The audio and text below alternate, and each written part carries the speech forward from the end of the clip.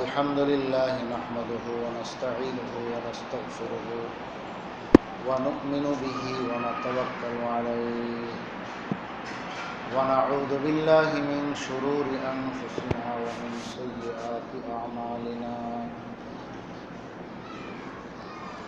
من يهده الله فلا مضل له ومن يضلل فلا هادي له ونشهد أن لا إله إلا الله وحده لا شريك له ونشهد أن سيدنا ومولانا محمدا عبده ورسوله أرسله إلى الناس كافة بشيرا ونذيرا وداعيا إلى الله بإذنه وسراجا منيرا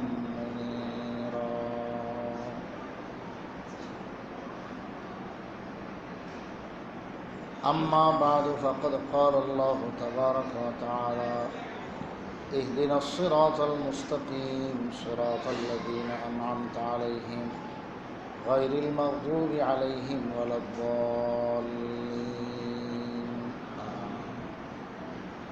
صدق الله مولانا العظيم وصدق رسوله النبي الكريم ونحن على ذلك لمن الشاهدين والشاكرين والحمد لله رب العالمين محترم হাজিরিন, আল্লাহ রাব্বুল আলামিনের অশেষ মেহেরবানি যে তিনি আমাদেরকে তার ঘরে সার নামাজ জামাতের সাথে আদায় করার তৌফিক দিয়েছেন এবং আমাদের যে সাপ্তাহিক মজলিস কোরআনে কারীমের তাফসীর, এই মজলিসে আমাদেরকে আল্লাহ তাআলা হাজির হওয়ার বসার তৌফিক দিয়েছেন। এই জন্য দিল থেকে শুকরিয়া আদায় করি, আলহামদুলিল্লাহ।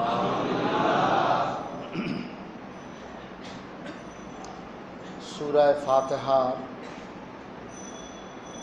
বিষয়ে বলা হয়েছিল গত মজলিসগুলোতে, বৃহস্পতিবারে এবং শুক্রবারে, যে সূরা ফাতিহার সম্পর্ক নামাজের সাথে কেমন। এই বিষয়ে আল্লাহ পাকের তৌফিকে মোটামুটি আমাদের বুঝের জন্য যেটুকু যথেষ্ট হইতে পারে ওই পরিমাণ আমরা শুনছি। আজকে আরেকটা বিষয় সম্পর্কে আমি আরজ করব, সেটা হলো যে নামাজের মধ্যে হাত উঠানোর বিষয়টা, যাকে বলে আরবিতে রফআ ইয়াদাইন। ইয়াদাইন মানে দুই হাত, ইয়াদ তার দ্বিবচন, ইয়াদ মানে হাত, ইয়াদুন, তো ইয়াদাইন মানে দুই হাত, আর রফআন মানে হলো উঁচা করা। তো রফআ ইয়াদাইন মানে হলো দুই হাত উঁচা করা। এমনি উঁচা করে না, নামাজের ভিতরে উঁচা করার কথা, বিশেষ জায়গায় বিশেষ ক্ষেত্রে। তো এই ব্যাপারে আমরা ইনশাআল্লাহ আজকে কিছু আলোচনা করার চেষ্টা করব। এতে ইনশাআল্লাহুল আজিজ আমাদের যদি ভিতরে তলব থাকে, সহি জিনিস, সঠিক জিনিস বুঝার আগ্রহ থাকে, ইনশাআল্লাহ বুঝের জন্য যথেষ্ট হয়ে যাবে।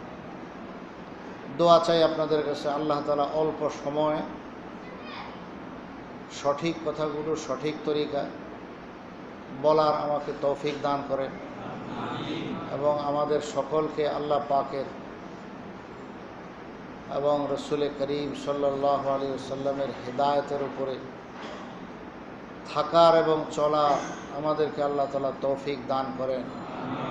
সিরাতে মুস্তাকিমকে আমরা মজবুত করে আঁকড়ায় ধরার আল্লাহ তৌফিক দান করেন। এখানে শব্দটা তো বললাম রফআ ইয়াদাইন, হাত উঠানো। এই বিষয়টা নামাজের একদম শুরুর সাথে সম্পর্ক আছে, আমরা জানি। তাকবীরে তাহরিমার সঙ্গে হাত উঠানো এটা সুন্নত। এটা কি ভাই? সুন্নত। সকলেই আমরা তাকবীরে তাহরিমা এর সময় হাত কান পর্যন্ত উঠায় থাকি, দোনো হাত। এবং উঠানোর তরিকা হলো হাতের তালুটা থাকবে পুরা কেবলার দিকে, আঙ্গুলগুলো থাকবে একদম আকাশের দিকে, উপরের দিকে। অনেকে আবার গলত শিখায় যে আঙ্গুলের মাথাগুলো কেবলার দিকে, হ্যাঁ, সাপের মাথার মতো। কি ভাই, জাতি সাপ আছে না একটা, তো ওটা যেরকম ফনা ধরে, হয়নি এরকম? এগুলো গলত কথা, আমরাও এক সময় এগুলো শুনছি। তো এগুলো গলত, এই ভুল বুঝাবুঝি থেকে আমরা বাঁচার চেষ্টা করি। তো সহি তরিকা হলো যে আমরা নামাজের তাকবীরে তাহরিমা বাঁধার সময় যে হাত উঠাবো, দোনো হাত কান পর্যন্ত, এবং হাতের তালুটা হলো পুরা কেবলার দিকে, আর আঙ্গুলগুলো একদম খাড়া থাকবে, খাড়া উপরের দিকে। আঙ্গুলগুলোর মাথা হলো আকাশের দিকে, উপরের দিকে, ঠিক আছে? এবং একদম মিশায়াও না, আবার পুরা ফাঁক ফাঁক করেও না, বরং স্বাভাবিক যার হাত যেভাবে থাকে।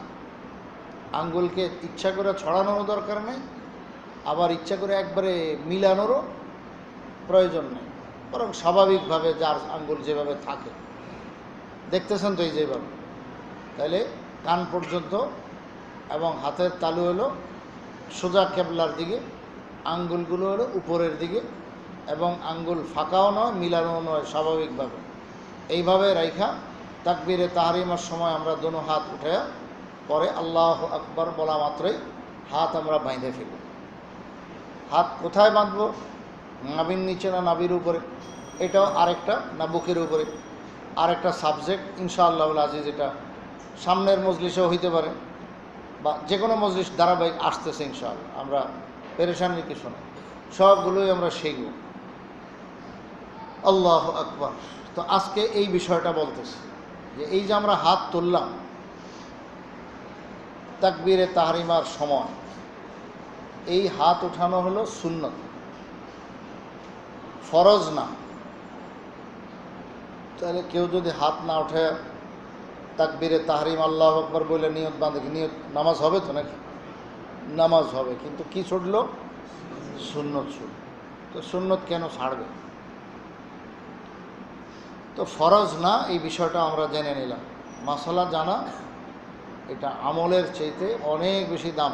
আমল তো পরে হয়, আগে মাসালাটা শিখতে হয় এবং এটার মান জানতে হয়, কি এটা ফরজ না ওয়াজিব, না তার নিচে সুন্নত, না তার নিচে মুস্তাহাব, না আরও নিচে যে জায়েজ আছে কোনটা, এগুলো স্তর, এটাও শিখতে হয়, এটাও জানতে হয়। তাহলে আল্লাহু আকবার বলা নামাজ এটা কিন্তু ফরজ। কোন আল্লাহু আকবার? প্রথমটা, যেটাকে আমরা কি বলি? তাকবীরে তাহরিমা। তাকবীর শব্দ অর্থ হলো আল্লাহু আকবার বলা, আর তাহরিমা মানে হলো এমন আল্লাহু আকবার যেই আল্লাহু আকবার বলাটায় নামাজের পরিপন্থী যত কাজ আছে, আমল আছে, কথাবার্তা আছে, সবগুলোকে হারাম করে দেয়। দেখেন, নামাজের নিয়ত বাঁধার আগ পর্যন্ত, মানে আল্লাহু আকবার বলার আগ পর্যন্ত তার ডান দিকে, বাম দিকে, উপরের দিকে, সব দিকে তাকাইতে কি ভাই জায়েজ ছিল না? বৈধ ছিল না? এরকম হাঁটাহাঁটি করা, এরকম কারোর সঙ্গে কথা বলা, সালাম কালাম করা, সবই তো কি ছিল? বৈধ ছিল। যেই আল্লাহু আকবার বলে ফেললো, তাই আল্লাহু আকবার মানে তাকবীর বলল। আবার তাহরিমা মানে মুহাররিমা, এইটাই, এই আল্লাহু আকবার বলায় তাকে সমস্ত কাজ হারাম করে দিছে, যেগুলো নামাজের কি পরিপন্থী, নামাজের বাইরের জিনিস। এখন শুধু নামাজের ভিতরের যা আছে আমল, এটাই করতে হবে। এই হলো তাকবীরে তাহরিমা। তো এই সময় আমি হাত উঠাইলাম, এখন উঠানোর পর বাইঁধে ফেললাম। তো আমরা মাসলা জানি যে নাভির নিচে বাঁধব। এখন বুকের উপরে বা নাভির উপরে কেন বাঁধবো না, এটা ইনশাআল্লাহ আমি বলছি সামনের মজলিস বা তারপরের মজলিস ইনশাআল্লাহ আসতেছে। তাইলে একবার যে হাত উঠাইলাম নামাজের প্রথমে তাকবীরে তাহরিমার সময়, এই সম্পর্কে আমরা জানলাম কি যে তাকবীরে তাহরিমার সময় হাত উঠানো সুন্নত, ফরজ না, ওয়াজিব না, অন্য কিছু না, সুন্নত। আর আল্লাহু আকবার বলা হলো কি ফরজ।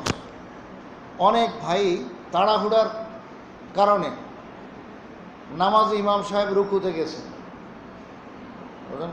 রুকুতে চলে গেছেন, এখন রুকুটা ধরার জন্য, এটা প্রসঙ্গত মাসলা বলে দিতেছে, রুকুটা ধরার জন্য করেন কি, আইসাই একবারে হাত বাঁধবেন কতক্ষণে, তো বাঁধার তো সুযোগ নাই, সময় নাই, তো হাত কদ্দুর উঠাইলে উঠাইছেন, এটা একবারে বস ওইভাবে ঝুঁকে যাইতেছে, আল্লাহ আকবর বললে তাড়াতাড়ি ঝুঁকে যাইতেছে, বরং আল্লাহ আকবর বলতে বলতে ঝুঁকে যাইতেছে।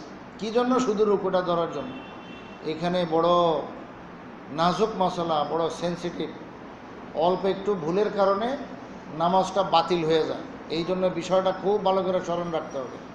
সেটা হলো যে আপনি ইমামকে যখন পাইলেন রুকু অবস্থায়, এখন তাকবীরে তাহরিম আল্লাহু আকবার আপনি বলবেন, মনে রাখতে হবে যে আপনার আল্লাহু আকবার বলাটা কি ভাই ফরজ। নামাজের আর কোনো আল্লাহু আকবার কিন্তু ফরজ নেই, খেয়াল করেন। এই যে রুকু, রুকু থেকে উঠার সময়, না রুকু থেকে উঠার সময় তো না, কী বলে, সেজদা থেকে উঠার সময় আল্লাহু আকবার বলে উঠতেছি, রুকু থেকে যাওয়ার সময় সেজদাতে আল্লাহু আকবার বলতেছি, দুই সেজদার মাঝখানে আল্লাহু আকবার আছে নাকি ভাই? এই অনেকগুলো আল্লাহু আকবার আছে, এগুলো সব হলো সুন্নত, সুন্নতের চেয়ে বেশি উপরে না। কিন্তু একমাত্র প্রথম আল্লাহু আকবার এটা হলো কি ফরজ। আর ফরজ ছুটলে কি হয় না? নামাজ হয় না। ভুলে ছুটুক, ইচ্ছা করে ছুটুক, না জানার কারণে ছাড়ুক, যেমনি হোক, নামাজ কিন্তু হবে না। আর হাত বাঁধা কি এই মাত্রই শুনলেন, হাত হাত কান পর্যন্ত উঁচা করা সুন্নত, আবার হাত বাঁধা হলো সুন্নত, এর উপরে না। তাইলে এই মুহূর্তে কোনটা বেশি গুরুত্বপূর্ণ, কি হাত বাঁধা, হাত উঠানো, এই দুইটা? আল্লাহু আকবার বলাটা, এই একটা বিষয় বুঝে ফেলছেন। এই জন্যই মাসালার স্তর জানতে হয় যে এটা কি ফরজ না নফল। এর লেগে এলেম নিয়া নামাজ পড়া আর বে এলেমে নামাজ পড়া আসমান জমিন তফাৎ হয়ে যায়। একজন আল্লাহ আকবার বলছে, সবাই আল্লাহ আকবার বলে, উনিও বলছেন, কিন্তু জানা না এটা কি ফরজ না এটা মুস্তাহাব না কি, এটা কোনো কিছুই জানা না। তাইলে এই রকম ব্যক্তি আর যে জানে আল্লাহ আকবার বলা ফরজ, এইটুক জানা আর না জানার বেশ কমের কারণে দুইজনের নামাজের পার্থক্য আল্লাহর দরবারে আসমান জমিন তফাৎ হয়ে গেছে। যা, তাহলে আল্লাহু আকবার বলাটা ছিল ফরজ। এবং আরেকটা ফরজ মনে রাখেন, এই আল্লাহু আকবার তাকবীরে তাহরিমাটা দাঁড়ানো অবস্থায় বলতে হবে, এটা শর্ত, এটা ফরজ। এই আরেক ফরজ, আল্লাহু আকবার মুখে বলা এটা এক ফরজ, আবার দাঁড়ানো অবস্থায় বলা এটা আরেক ফরজ। কীভাবে বুঝছেন এবার প্যাঁচটা? এখন দেখেন প্যাঁচটা কোন জায়গায় হয়, যে আল্লাহু আকবার তো বলতেছে, বলতে বলতে কী হইতেছে, ঝুঁকতেছে, এই হইল না। দাঁড়ানো অবস্থায় বলতে হবে, দাঁড়ানো অবস্থা আল্লাহু আকবার বললাম, তাহলে এই যে হাত উঠাইলো এটা সুন্নত আদায় করলো, আর আল্লাহু আকবার বললো এটা ফরজ আদায় করলো। এরপরে হাত তো আর বাঁধার সুযোগ নেই, ইমামকে রুকুতে ধরতে হবে, বাঁধলো না, ঠিক আছে, ইমাম তো এখন রুকুতে আছেন, বাঁধবে না। তো রুকুতে এটা হলো দ্বিতীয়বার আল্লাহু আকবার বইলা যাবে। এখন দ্বিতীয়বার আল্লাহু আকবার বলা এটা হলো কি ভাই সুন্নত, ওটা না বললেও সুন্নত ছুটলো, কিন্তু নামাজ তো হয়ে যাবে। আর প্রথমটা যদি গোলমাল হয় তাহলে তো নামাজই হইল না। তাই দাঁড়ায়া বলতে হবে আল্লাহু আকবার তাকবীরে তাহরিমা, এরপরে দ্বিতীয় তাকবীর বলা বা না বলা ব্যতীতই সে কী করলো, রুকু থেকে। তো এখন অনেক সময় এমন ভুল হয়ে যায় মানুষের, মাসালা শিখে নাই, যে ইমামকে ধরার জন্য তাড়াহুড়া করে ওই ঝুঁকতে ঝুঁকতে আল্লাহু আকবার বলে। তো ঝুঁকতে ঝুঁকতে তাকবীরে তাহরিমা বললে কি নামাজ হবে? হবে না। এই কথাটাই ভালো করে স্মরণ রাখার বিষয়। তাহলে দাঁড়ায়া আল্লাহু আকবার বইলা এরপরে দ্বিতীয়বার আল্লাহু আকবার বইলে ইমামকে ধরতে হবে। এখন যদি ইমামকে ধরার আগে ইমাম উঠা যায় তো ঠিক আছে, আপনি হিসাব রাখেন, নামাজ তো আপনার শুরু হলো আল্লাহু আকবার বইলা সহি তরিকায়। এখন আপনি এই রাকাতটা পাইলেন না, তো এটা আপনি হিসাব রাখেন যে আমি এটা পাইলাম না, কয় রাকাত ছুটলো সেটা হিসাব রেখে পরবর্তীতে আপনি পড়বেন, কিন্তু নামাজ তো ঠিক হলো। আর এই রুকু ধরার তাড়াহুড়ায় যদি তাকবীরে তাহরিমাটা হয়তো বলা হইল না, অথবা বলা হয়েছে কিন্তু ঝুঁকে ঝুঁকে বলছে, এই দুটো অবস্থাতে তো আপনার নামাজটা শুরুই হয়নি, তাহলে তো নামাজই হইল না।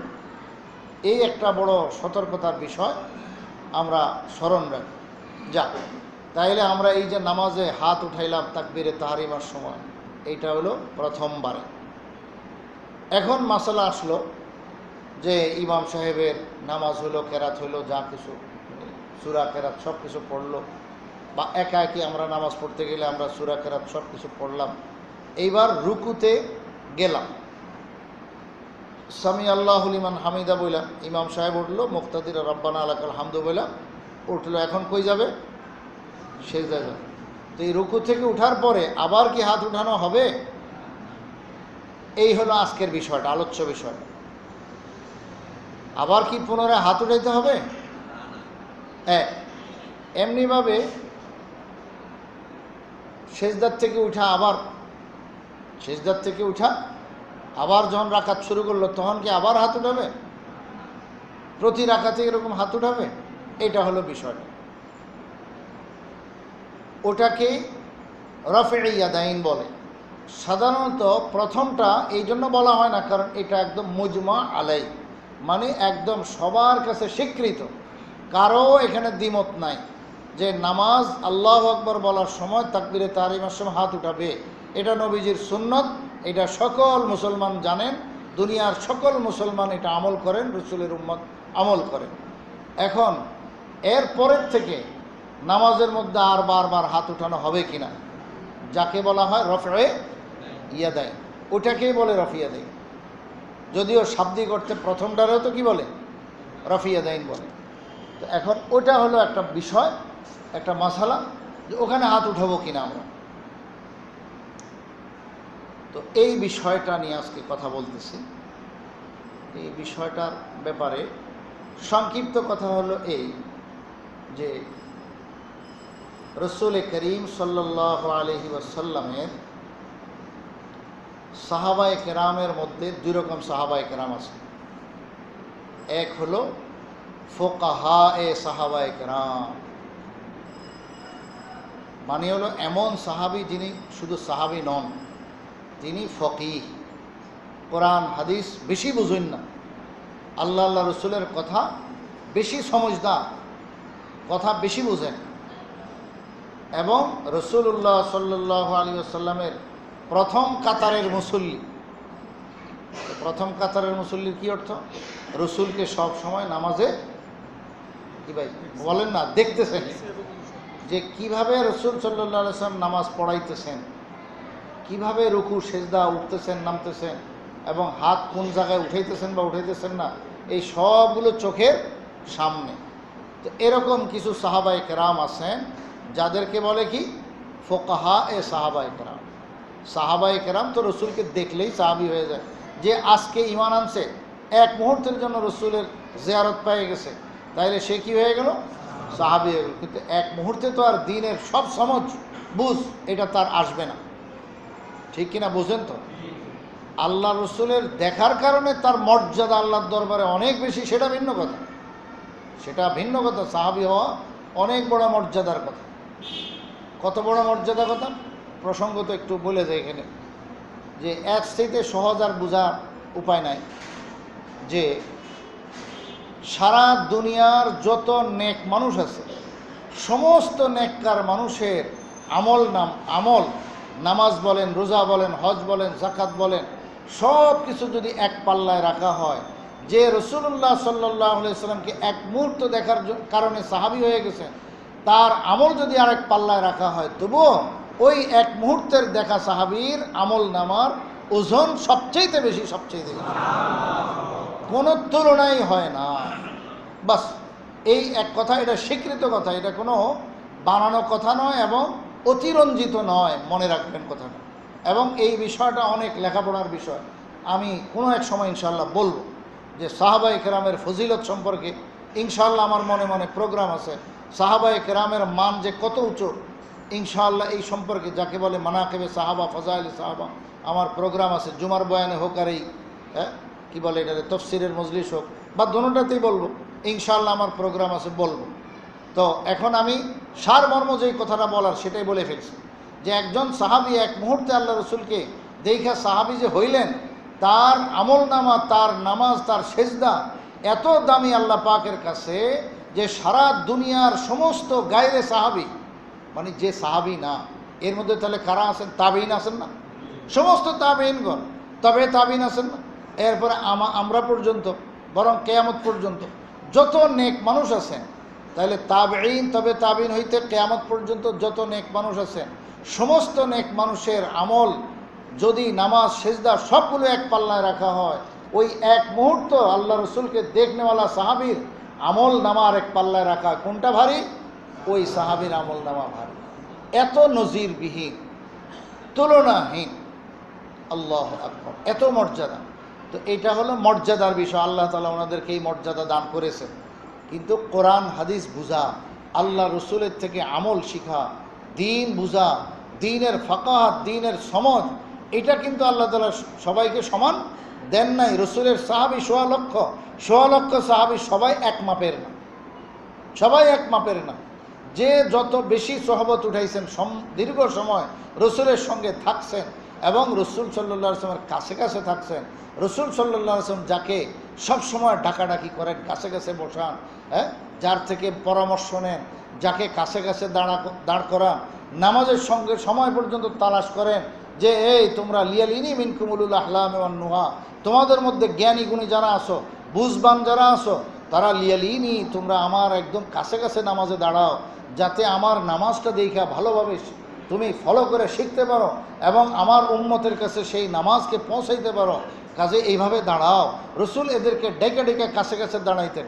ওই সাহাবি আর এক মুহূর্ত দেখনেওয়ালা সাহাবি কোশ্চিন কেন কি নয় ভাই? সমান নয়। ওই সাহাবিও আবার বেশ কম হয়ে গেল। এমনি সাহাবির লোক আর অন্যরা যারা সাহাবি নন তাদের বেশ কম কত সেটা তো বললাম, কিন্তু সাহাবিদের মধ্যেও আল্লাহ তাআলা এই মর্যাদার দিক থেকে অনেক বেশ কম করেছেন। তো এর মধ্যে খোলাফায়ে রাশিদিন, বিশেষ করে খোলাফায়ে রাশিদিন, রসুল সাল্লাল্লাহু আলাইহি ওয়াসাল্লামের 4 খলিফা, ইনারা সবচেয়ে বড় মর্যাদাওয়ালা। এমনি তো সাহাবী হওয়ার কারণে মর্যাদাওয়ালা, এরপরে আবার এরা কোরআন ও হাদিস বুঝনেওয়ালা, আল্লাহ রসুলের আমল কাজ কর্ম, রসুলের মেজাজ, রসুলের নিয়ম নীতি সব কিছু এমন বুঝা বুঝছেন যে ওরকম বোঝা পরওয়ালাদের পক্ষে সম্ভব নয়। দুনিয়ার আর কোনো সাহাবীর পক্ষে তো সম্ভব নয়, পরওয়ালাদের পক্ষে কোত্থেকে সম্ভব হবে? খোলাফায়ে রাশিদিন ছিলেন এমন। তো ওই সাহাবায়ে কেরাম, কথাটা পিছন থেকে আবার আসে, কি বলছিলাম যে সাহাবায়ে কেরাম দুই রকম, হ্যাঁ, ফোকাহা সাহাবায়ে কেরাম, সাহাবায়ে কেরামের মধ্যে যারা ফকি শব্দ তো বোঝেন, এটা তো আমরা পরিচিত শব্দ, মানে কোরআন হাদিস বেশি বুঝেন না, আর কেমনে বোঝামই না। তো কোরআন হাদিসের বেশি সমঝদার, বেশি সমঝ বুঝওয়ালা এরকম সাহাবায়ে কেরাম আছেন এক গ্রুপ, যারা কারা? এই যে বললাম, যারা কাছে কাছে থাকেন এবং রসুল ডাইকা কাছে নিয়ে আসেন। সব সময় রসুল উঠতে বসতে, সফরে, হজরে, মানে ঘরে, বাড়িতে, রাস্তায়, জিহাদের ময়দানে, যুদ্ধে, এরকমভাবে রাস্তায় চলাকালীন তাদেরকে কাছে কাছে রাখেন। ইনাদের বুঝ আর অন্যদের বুঝ এক সমান নয়। এবং ইনারা বয়সে অনেক মুরব্বী, ইনারা বুঝের দিক থেকে অনেক মুরব্বী, এবং কাতারের মধ্যে ওনারা প্রথমে থাকেন। আরেকটা কথাও সঙ্গে বুঝে নেন, রসুল সাল্লাল্লাহু আলাইহি ওয়াসাল্লাম নামাজে কাতারে দাঁড়াইবার একটা সিরিয়াল বাতায় রাখছেন। একটু আগে একটা শুনলেন, লিয়ালিনি মিনকুম উলুল আহলামি ওয়ান নুহা, একবারে সহিহ হাদিস, হাদিসের প্রায় সকল কিতাবে আছে যে যারা জ্ঞানী গুণী, আকলমান, হুঁশ হাওয়াস আছে, মানে এক কথায় যাদের বুঝ আছে, কোরআন সুন্নাহর বুঝ আছে, আমার থেকে মাসালা দেখা বুঝা সে হজম করতে পারে, বুঝে আমার আমল থেকে, তো এরকম লোকের আমার কাছে কাছে দাঁড়াইবে। রসুল সাল্লাল্লাহু আলাইহি ওয়াসাল্লাম বলছেন যে এরপরে আস্তে আস্তে তার চেয়ে কম বুঝছে সে তার পিছনে, তার চেয়ে আরও কম বুঝা তার পিছনে, এইভাবে সেগারে সাহাবা, সিবিয়ান যাদেরকে বলে, পিচ্ছি অল্প বয়সের সাহাবি ছিলেন কিনা, অনেক সাহাবি, অল্প বয়সের সাহাবি যারা, এদের সিরিয়াল হলো অনেক পিছনে, অনেক পিছনে। কত পিছনে? যে ওই বাচ্চাদের পরপরে হলো মহিলাদের কাতার। বলে মহিলা আবার মসজিদে কোত্থেকে আসলো, এইটা আবার আরেক মাসালা, মহিলারা মসজিদে আসবে কি না। তো মাসালার উত্তর এখন জেনে নেন যে মহিলারা মসজিদে হাজির হওয়ার কোনো অনুমতি নাই, শরীয়তে একদম সম্পূর্ণ কড়াভাবে নিষেধ আছে। আল্লাহ রসুল সাল্লাল্লাহু আলাইহি ওয়াসাল্লামের বিধান এই সম্পর্কে খুব শক্ত। বাস এটা আমি শুধু দাবিটা আজকে বলে গেলাম, দলিল প্রমাণ সহ ইনশাআল্লাহ মাসালা আমি বুঝায় বলবো। আমাকে সুযোগ দিতে হবে, সময় আসতেছে, একটা একটা করে মাসালা আমরা আলোচনা করবো। এটাও একটা আলোচনার বিষয়, মহিলারা মসজিদে আসবে কি না, চাই তারাবিতে হোক, রমজানে হোক, বা অন্য সময় হোক, বা ঈদের নামাজে হোক। তো উত্তর কি বললাম? মহিলারা নামাজে মসজিদে আসবে না, আসার অনুমতি নাই, শরীয়ত নিষেধ করে। কিন্তু রসুল সাল্লাল্লাহু আলাইহি ওয়াসাল্লামের খাতিরে রসুল এর পিছনে নামাজ পড়ার জন্য শুধু অনুমতি রসুল দিছেন, যে আচ্ছা মহিলারা ঘরে নামাজ পড়ায় উত্তম। এক মহিলা, গালেবান উম্মে হুমায়েত নাম, উম্মে হুমায়েত, উনি আবদার করেছেন, ইয়া রাসূলুল্লাহ আপনার পিছনে নামাজ পড়তে এত আগ্রহী আমরা, ইয়া রাসূলুল্লাহ একটু অনুমতি চাই। আল্লাহ রসুল বলেন, দেখো যদি আমি রসুলের পিছনে নামাজ পড়ার আগ্রহ থাকে, কি জন্য? সব বেশি পাওয়া লাগে তো। শুনো, একজন নারীর সবচেয়ে বেশি সওয়াব হলো তার কোথায় নামাজ পড়া? একদম তার ঘরে অন্তর্মহলে, কি বলে, অন্দরমহল নাকি? অন্দরমহলে, মানে ঘরের ভিতরে না, শুধু বাড়ির ভিতরে না, বাড়ির ভিতরে আবার ঘর থাকে, ঘরের ভিতরে আবার তার এক কোণা থাকে, কামরা, যেই কামরায় সে একা একই নীরবে থাকে, তার বসবাস করার জন্য, শোয়া বসার জন্য ওই কামরাটা, ওই কামরার এক কোণে একদম পুরা আড়ালের মধ্যে এবং আফসার মধ্যে, এবং সেখানে কোনো আপনার আলো নাই, একটু অন্ধকার অন্ধকার, এরকম একটা জায়গায় নামাজ পড়া তার জন্য সবচেয়ে উত্তম। আল্লাহ রসুল সাল্লাল্লাহু আলাইহি ওয়াসাল্লাম এই কথা বলেছেন। তাহলে রসুলের পিছনে নামাজ পড়ার চাইতে একজন মহিলা, একজন নারী তার ঘরে পড়া উত্তম। আর এখন কি রসুল্লাহ আসেন? তাহলে এখন মসজিদে আসা কিভাবে জায়েজ হবে বলে? এক কথায় বুঝে ফেলছে। তাফসীলের সাথে বিস্তারিত ইনশাআল্লাহ আলোচনা করব সময় মতো। তো এখন যেটা আমি বলতেছি, হুজুর সাল্লাল্লাহু আলাইহি ওয়াসাল্লামের যুগে যেহেতু মহিলারা, নারীগণ বেশি আগ্রহ দেখাইছেন রসুলের পিছনে নামাজ পড়ার জন্য, তো রসুল খালি নিরুৎসাহ দিয়েছেন যে তোমরা মসজিদে না আসা ভালো। এরপরে কেউ যদি আসা যাইতো তাহলে বলতো একদম সর্বশেষ কাতারে। তাদের কাতার কোথায়, এটা আমার বলা উদ্দেশ্য ছিল। কোথায় ভাই কাতারটা? সর্বশেষ কাতারে। এবং এখানে একটু বলছি যখন, এরপর আমার সামনে কথা, কিন্তু এখানে আরেকটু কথা শুনে নেন। আল্লাহ রসুলের বিধান ছিল, এটা বুঝবেন যে এখন যে মহিলারা মসজিদে আসা নিষেধ হবে, এটা আপনি নিজে বুঝে ফেলবেন। আল্লাহ রসুলের কি অর্ডার ছিল? যে মহিলারা একদম সর্বশেষ কাতারে দাঁড়াবে। এমনকি পুরুষ থেকে তো আলোকেই, বাচ্চাদের থেকেও কোথায়? সেই পিছনে। 2 বছরের বাবু যদি মসজিদে আসে তাহলে সেও যেই কাতারে দাঁড়াবে, ওই কাতারের পিছনে কারা? হ্যাঁ, মহিলা, ওরাই ওখানেই দাঁড়াবে। এবং রসুলের সালাম ফেরানোর পর আদেশ ছিল যে সব সাহাবীরা চুপচাপ নামাজে বসে থাকবে, মসজিদে বসে থাকবে, মহিলারা এই ফাঁকে চলে যাবে, মহিলারা এই ফাঁকে চলে যাবে। এখন বলেন এই কমান্ড কোন ইমাম সাহেবের আছে? এই কমান্ড যে মানবে? হরম শরীফের ইমাম সাহেবের এই পাওয়ার নেই। কি ভাই, হরম শরীফের ইমাম সাহেব এই কন্ট্রোল করার ক্ষমতা আছে? না, ক্ষমতা নাই। এটা আল্লাহ রসুলই পারতেন। এই তোমরা সবাই ওদিকে তাকাবেও না, পিছন দিকে কী হইতেছে তাকাবেও না। আল্লাহ রসুল সবাইরে বসায় রাখতেন, মহিলারা নিজ নিজ জায়গায় তাড়াতাড়ি নামাজের পরে চলে যেত। কি ভাই, এখান থেকে তো বুঝতেছেন যে এখন পরিস্থিতিটা কী, কাজে কেমনে যায় সব। যাই হোক, তো মহিলারা পিছনের কাতারে দাঁড়াইতো এবং নামাজ শেষে সালামের পরেই তারা চলে যেত নিজ নিজ বাড়িতে, ঘরে।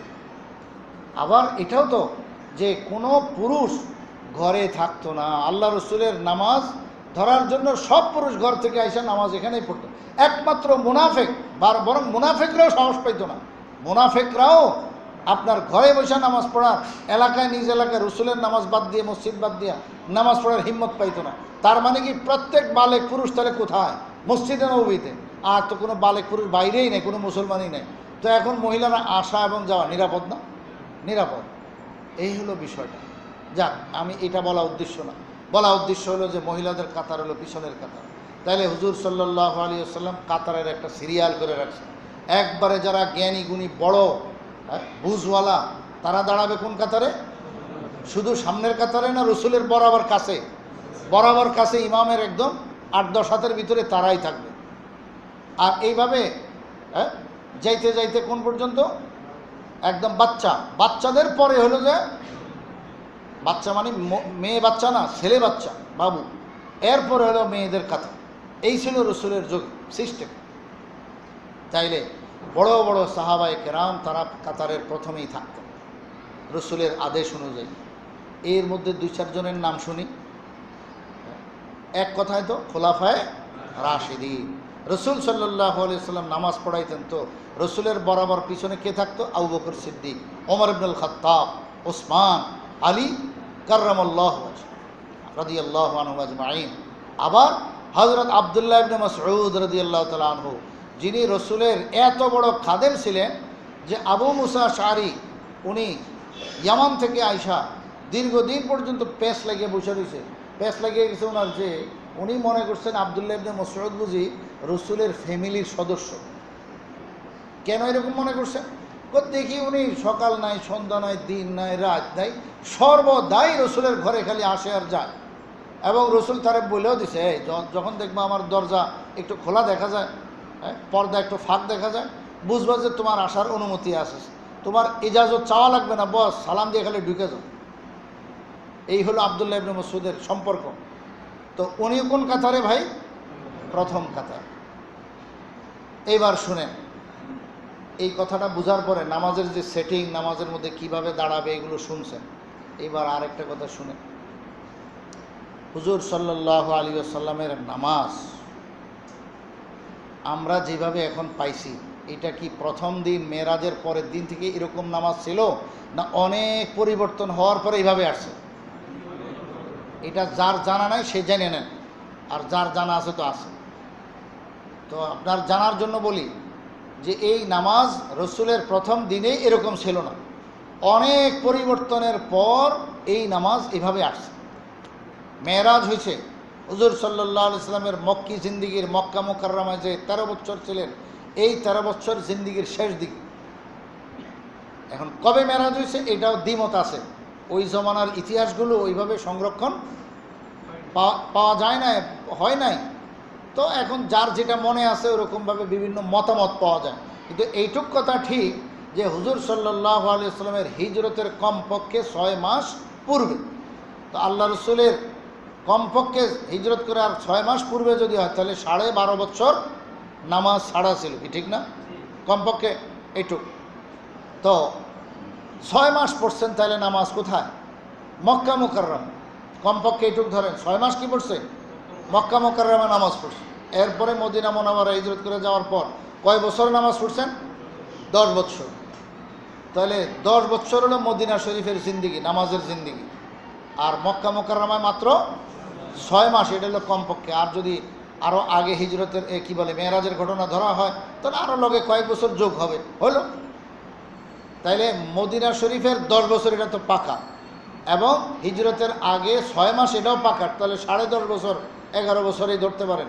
এই 10-11 বছরের নামাজ এটা প্রথম দিনে ওইভাবে আসে না যেভাবে এখন আসে, আমাদের কাছে আসে, বরং তার মধ্যে অনেক পরিবর্তন আসছে।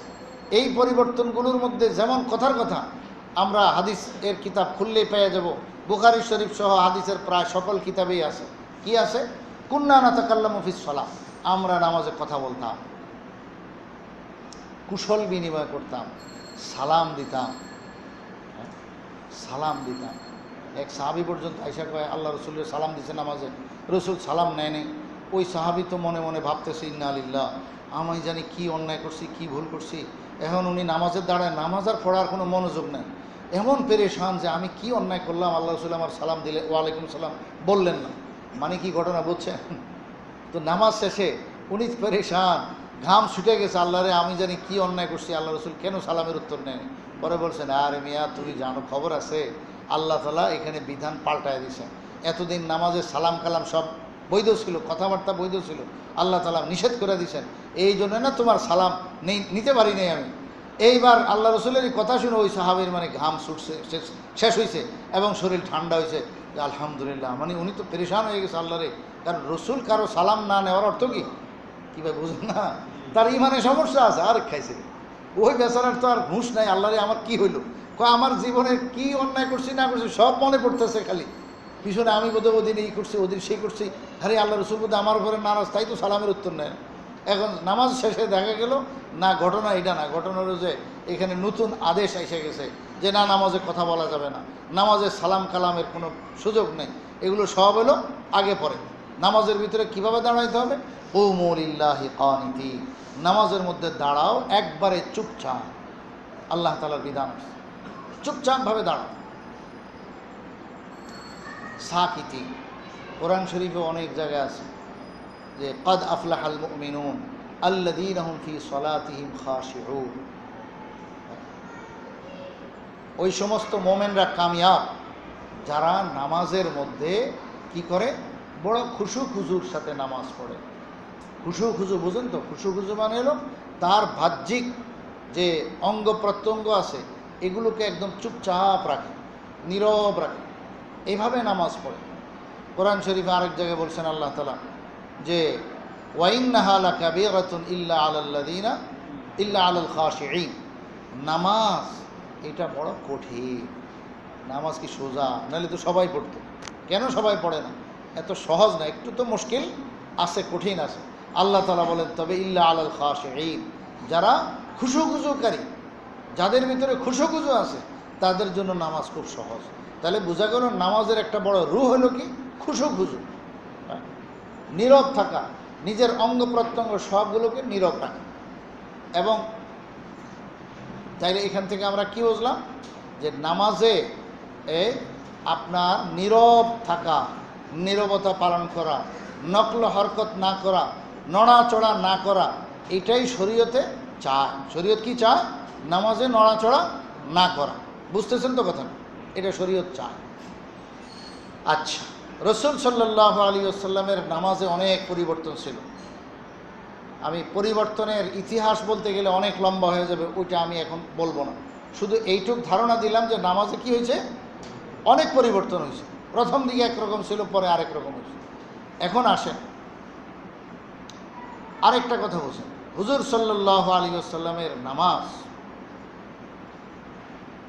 প্রথম দিন যেরকম পড়ছেন, আল্লাহর কাছে কি এটা পছন্দনীয় না? বলেন না, আল্লাহর কাছে এটা পছন্দনীয় কি না? আল্লাহ রসুলের নামাজ, আল্লাহ রসুলের আমল অবশ্যই আল্লাহ পাকের কাছে পছন্দনীয়। এখন আল্লাহ তাআলা আরও বেশি পছন্দনীয় আরেকটা বানাইছেন, আরেকটা অর্ডার দিয়েছেন, সেই জন্য আরেকটা করেছেন। কিন্তু আগে যেটা ছিল সেটাও তো আল্লাহ পাকেরই পছন্দনীয়। তো রসুল সাল্লাল্লাহু আলাইহি ওয়াসাল্লামের নামাজের এরকম কিছু পরিবর্তন এমন আছে যেগুলো আল্লাহ তাআলা উম্মতের মধ্যে, এই রসুলের উম্মতের মধ্যে সবগুলো জারি রেখেছেন। কথাটা বুঝলেন কি না আমি আবার বুঝাই বলি।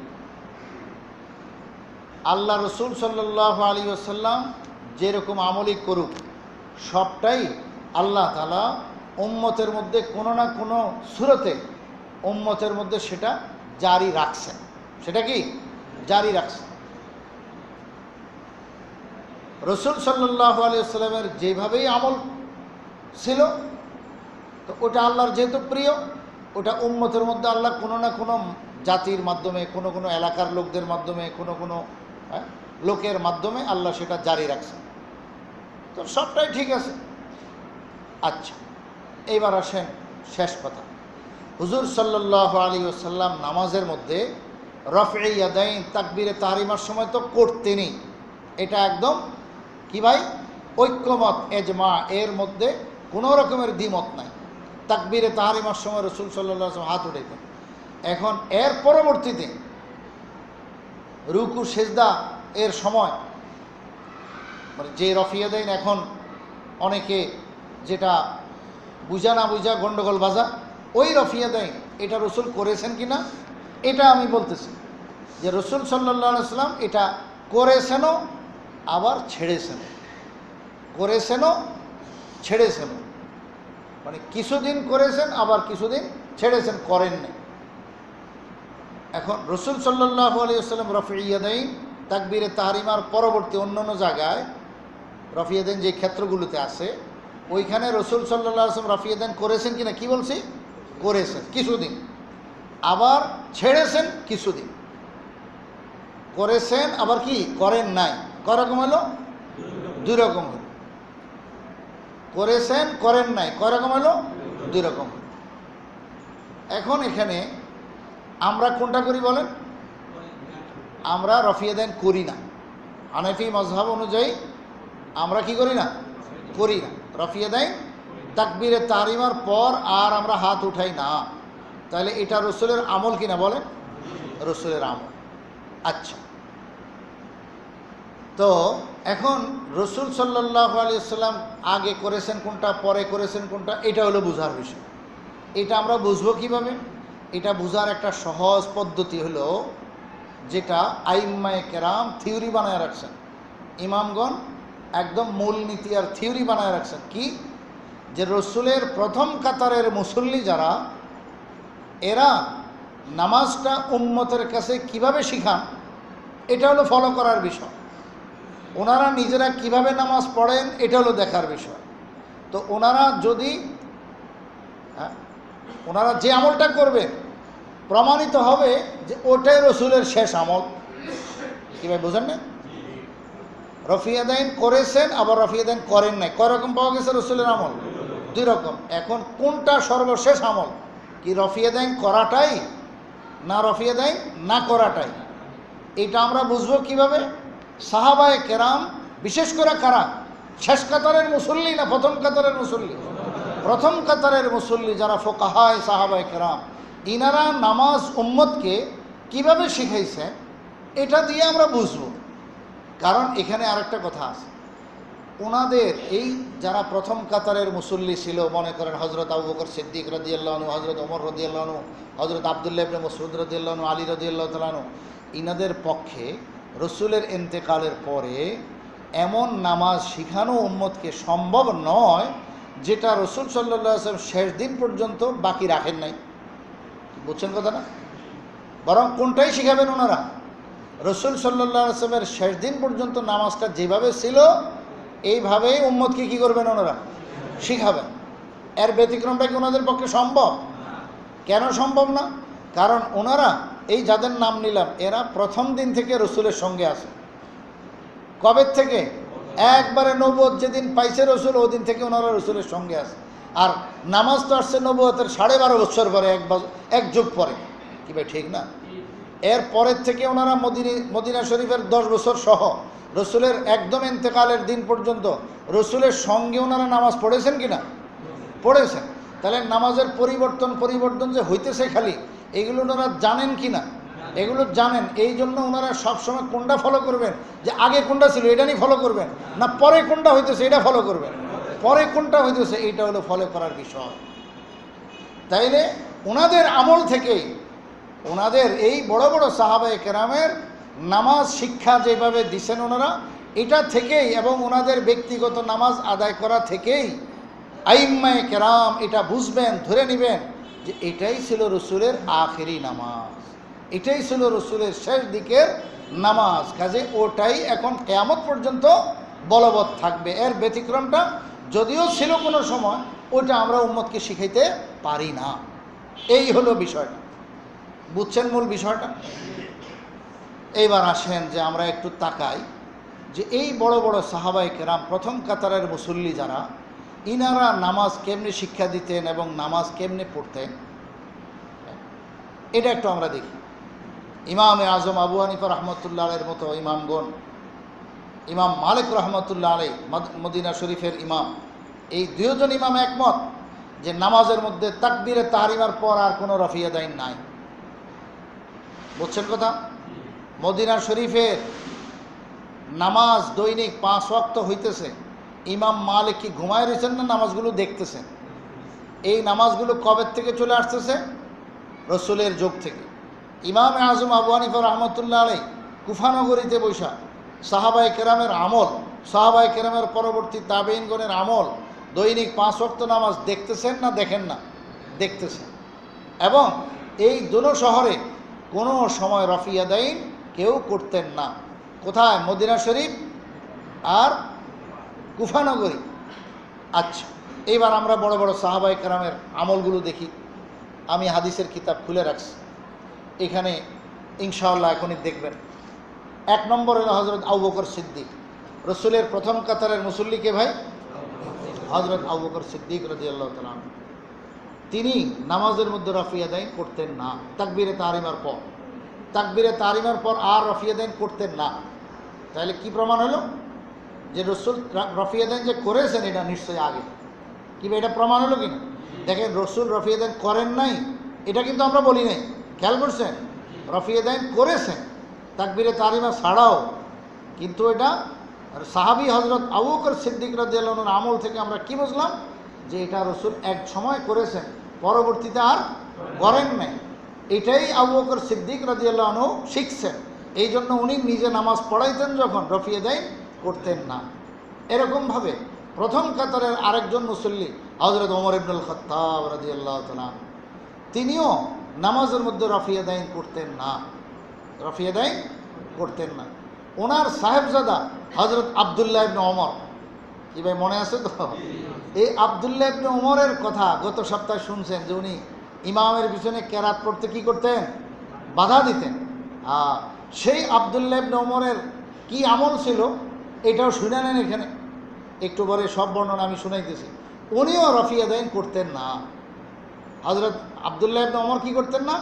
রফিয়াদাইন করতেন না। তো ওমরও করতেন না, ওমরের ছেলে রফিয়াদাইন করতেন না। এই দুজন বাপ বেটা রফিয়াদাইনও করতেন না, ইমামের পিছনে কি পড়তেন না? কেরাত পড়তেন না। এটা ভালো করে স্মরণ রেখে। আচ্ছা, তা আমরা এখানে আব্দুল্লাহ ইবনে ওমরের কথা পরে আসতেছি, এখন ওমরের কথা বললাম। তাহলে আবু বকর ওমর যাদেরকে বলে শেখাই, বড় দুই সাহাবী, আল্লাহু আকবার। সমস্ত সাহাবায়ে কেরামের মধ্যে সবচেয়ে বেশি বড় ফকিহ আবু বকর সিদ্দিক রাদিয়াল্লাহু আনহু, এরপর হলো হযরত ওমর ইবনুল খাত্তাব রাদিয়াল্লাহু আনহু। এই দুইজন শুনলেন যে রফিয়াদাইন করতেন না। আচ্ছা, এরপরে চতুর্থ খলিফা ওসমান রাদিয়াল্লাহু আনহুর কথা আমার জানা নাই কোনো কিতাবে আছে কিনা, আমার নজরে আসে না, এই জন্য আমি আপাতত বলতে পারলাম না। বাকি আলী রাদিয়াল্লাহু আনহুর আমলটা শুনেন। আলী রাদিয়াল্লাহু তাআলা আনহু নিজে কখনোই রফিয়াদাইন করতেন না, তাকবীরে তাহরিমার পর আর কোনো রফিয়াদাইন করতেন না। তাহলে আলী কোন কাতারের মুসল্লি? প্রথম কাতারের মুসল্লি। হযরত আব্দুল্লাহ ইবনে মাসউদ, যার কথা শুনলেন যে ঘরে খালি সারাদিন আসে যায়, রসুলের মেসওয়াক ওনার হাতে থাকে সবসময়। আর রসুল, আমরা তো মেসওয়াক ছাড়া উজু করে লাই, কি ভাই? কিন্তু অটো মেসওয়াক একটা আছে, আল্লাহ দিয়ে রাখছে এই আঙ্গুলটা, এটা দিয়ে সারলেও সুন্নত তো আদায় হয়ে যায়, কিন্তু দ্বিতীয় পর্যায়ে হইল আর আসল সুন্নত হলো সেই কাঠের মেসওয়াক, গাছের ডালা। তো ওইটা রসুল সাল্লাল্লাহু আলাইহি ওয়াসাল্লামের সবসময় মেসওয়াক করতেন। কোনো নামাজ রসুল সাল্লাল্লাহু, কোনো অজু রসুল সাল্লাল্লাহু আলাইহি ওয়াসাল্লাম কী করতেন না? মেসওয়াক ছাড়া করতেন না।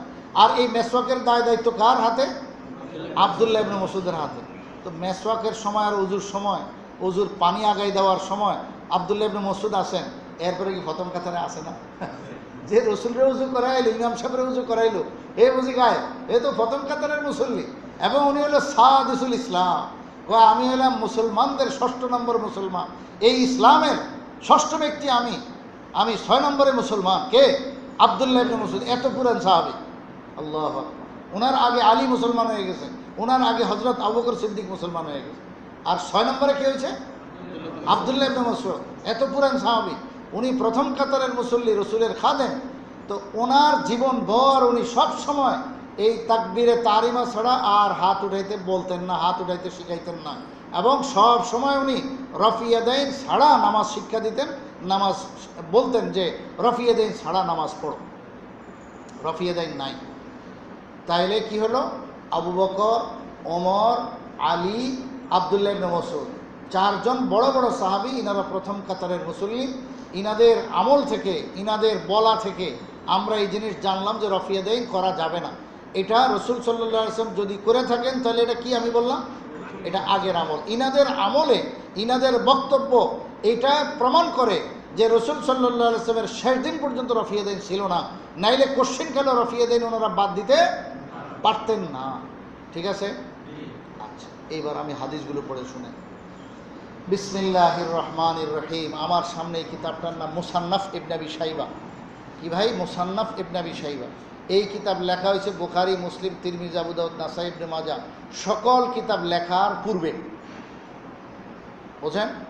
এবং ওই সমস্ত ইমামগণের উস্তাদ। তো এই উস্তাদে কিতাব লিখেছেন। ওনার ইন্তেকাল হল 235 হিজরিতে, 235 হিজরিতে। আর এই সিহাসিত্তার লেখকের মধ্যে সবচেয়ে পুরান হলো কে? ইমাম বুখারী। বুখারী হলো সবার আগে জন্ম হয়েছে এবং ইন্তেকাল হয়েছে। ওনার ইন্তেকাল কবে? 256 হিজরিতে। আর ইনার ইন্তেকাল, ইবনে আবি শাইবার ইন্তেকাল হলো 235 হিজরিতে, এবং ইনার শাগরিদ হলো এই সমস্ত বুখারী, মুসলিম, তিরমিজি, আবু দাউদ, নাসাই, ইবনে মাজাহ, এইসব হুজুররা। আচ্ছা, তো ইনি কি বলতেছেন, উনি অনেকগুলো হাদিস কইতেছেন। সনদ আমি পড়া যেহেতু দীর্ঘ সময় লাগবে, এই জন্য সনদগুলো বলা ছাড়া আমি শুধু মূল বক্তব্যগুলো পড়ে যাই। হাদিসের নাম্বার হলো 2455, এখান থেকে 2469 পর্যন্ত। তাহলে 2455 থেকে 2469 পর্যন্ত এই কতগুলো হাদিস 6 পৃষ্ঠার ব্যাপী এখানে আছে। আমি আপনাদেরকে শুধু এই মূল বক্তব্যটা শুনে যেতেছি। আনিল বারা ইবনে আযিব রাদিয়াল্লাহু তাআলা আনহু আন্না নবী সাল্লাল্লাহু আলাইহি ওয়াসাল্লাম কানা ইযা ইফতাতা আস-সালাত রাফা ইয়াদাইহি সুম্মা লা ইয়ারফাউহুমা হাত্তা ইয়াফরুগা। হযরত বারা ইবনে আযিব রাসূল সাল্লাল্লাহু আলাইহি ওয়াসাল্লামের একজন বিশিষ্ট সাহাবী, প্রসিদ্ধ সাহাবী। বারা ইবনে আযিব, বারা হলো নাম। বারা ইবনে আযিব রাদিয়াল্লাহু তাআলা আনহু বলেন যে রাসূল করিম সাল্লাল্লাহু আলাইহি ওয়াসাল্লাম যখন নামাজ শুরু করাইতেন তো তাকবীরে তাহরিমার সময় হাত উঠাইতেন, দুনো হাত উঠাইতেন। এটাই তো আমরা বলছি যে একদম উম্মতের কি ঐক্যমত, এজমা, তাকবীরে তাহরিমার সময় হাত উঠাইতেন রাসূল। এরপরে কি বলেন ভালো করে শুনে নেন, সুম্মা লা ইয়ারফাউহুমা হাত্তা ইয়াফরুগা, নামাজের থেকে ফারেগ হওয়ার আগ পর্যন্ত আর পুনরায় দুনো হাত উঠাইতেন না। কি ভাই বুঝছেন?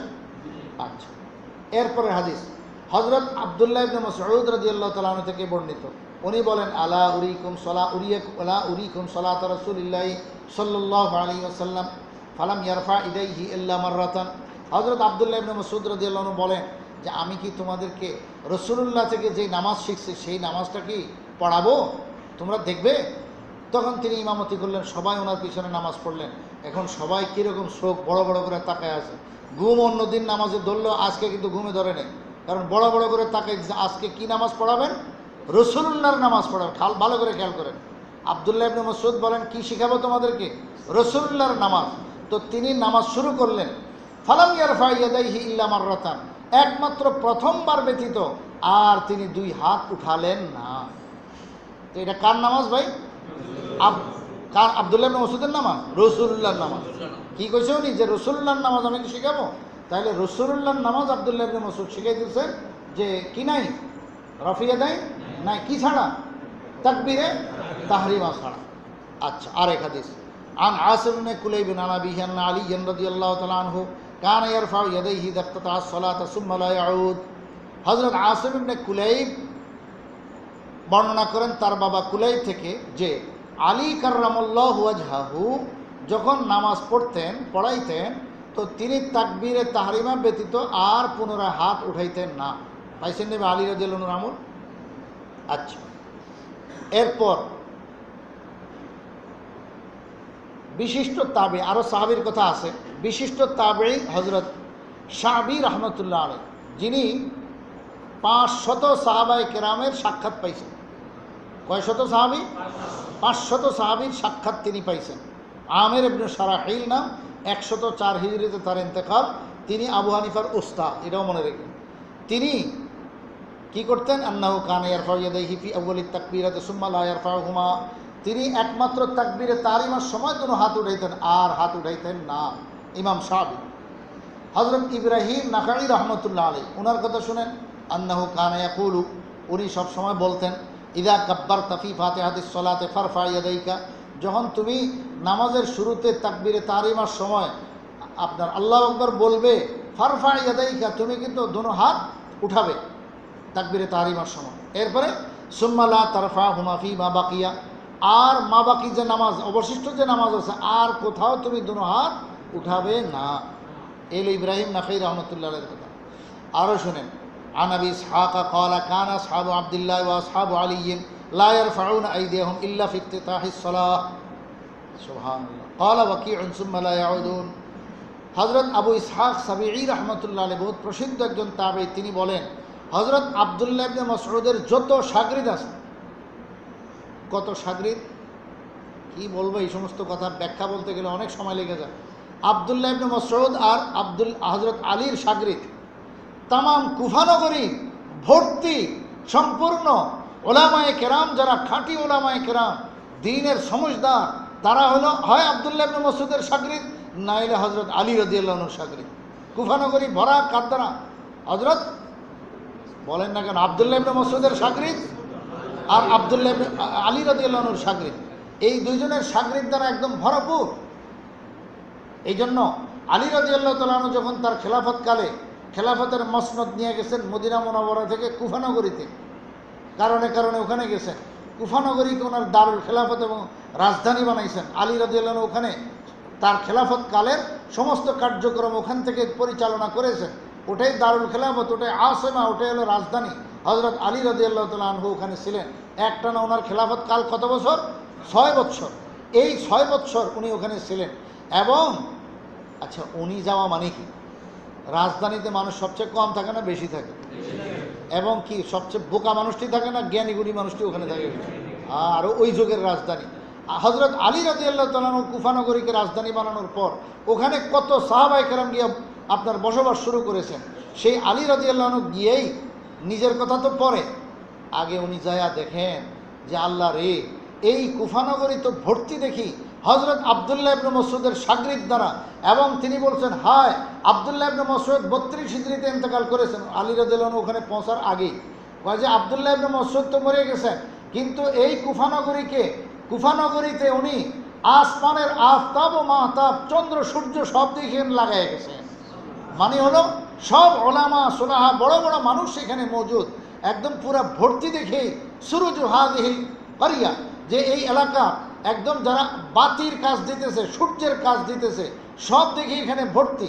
এই হলো আব্দুল্লাহ ইবনে মাসউদের শাগরিদ সেখানে ভর্তি। আর আলী রাদিয়াল্লাহু আনহু যাওয়ার পরে উনি খলিফাতুল মুসলিমিন, ওনার শাগরিদের কি অভাব আছে? এই তো ভর্তি। তো এখন কি বলেন আবু ইসহাক সাবিঈ রাহমাতুল্লাহ আলাইহি বলেন, আব্দুল্লাহ ইবনে মাসউদের শাগরিদগণ, আলী রাদিয়াল্লাহু আনহুর শাগরিদগণ লা ইয়ারফাউনা আইদিয়াহুম ইল্লা ফি ইফতিতাহিস সালাহ, তাকবীরে তাহরিমা ব্যতীত আর কখনো তারা নামাজে হাত উঠাতেন না। ক্বালা ওয়াকিউন, ওয়াকি ইবনুল জাররাহ বলেন এই ভাষায়, সুম্মা লা ইয়াউদুন, একবারেই হাত উঠাইতেন, পুনরায় আর এই কাজ করতেন না। কি ভাই বুঝা যাচ্ছে না? আচ্ছা, এরপরে হযরত মুজাহিদ রহমতুল্লাহ আলাইহির কথা শুনেন। মুজাহিদ ইবনে জবর 104 হিজরিতে ইন্তেকাল। মুজাহিদ রহমতুল্লাহ আলাইহি যিনি একজন বিশিষ্ট মুফাসসির, হযরত আব্দুল্লাহ ইবনে মাসউদের বড় সোহবত প্রাপ্ত, হযরত আব্দুল্লাহ ইবনে ওমরের বড় সোহবত প্রাপ্ত, রসুলের এই দুইজন প্রিয় সাহাবীর অনেক বেশি সোহবত উঠেছেন। কে? হযরত মুজাহিদ রহমতুল্লাহ আলাইহি, নাম মুজাহিদ। এই মুজাহিদ রহমতুল্লাহ আলাইহি বলেন, মা রাআইতু ইবনে উমারা ইয়ারফাউ ইয়াদাইহি ইল্লা ফি আউয়ালি মা ইফতাতিহু, আমি আব্দুল্লাহ ইবনে ওমরকে তাকবীরে তাহরিমা ব্যতীত কখনোই পুনরায় হাত উঠাইতে দেখি নাই। কি ভাই বুঝছেন কথা? আব্দুল্লাহ ইবনে ওমরকে আমি, মুজাহিদ বলেন, আমি আব্দুল্লাহ ইবনে ওমরকে কখনো তাকবীরে তাহরিমা ছাড়া হাত উঠাইতে দেখি নাই। এই হলো হাদিস। আরও শুনেন, আনিল আসওয়াদ ওয়া আলকামাত আন্নাহুমা কানা ইয়ারফাউনা আইদিয়াহুমা ইযা ইফতাতাহা সুম্মা লা ইয়াউদান। আসওয়াদ এবং আলকামা ইনারা হলেন বহুত বড় বিশিষ্ট ফকিহ শাগরিদ আর হযরত আব্দুল্লাহ ইবনে মাসউদের। এই ইনারা দুইজন থেকে বর্ণিত যে ওনারা কখনো তাকবীরে তাহরিমা ছাড়া হাত উঠাতেন না।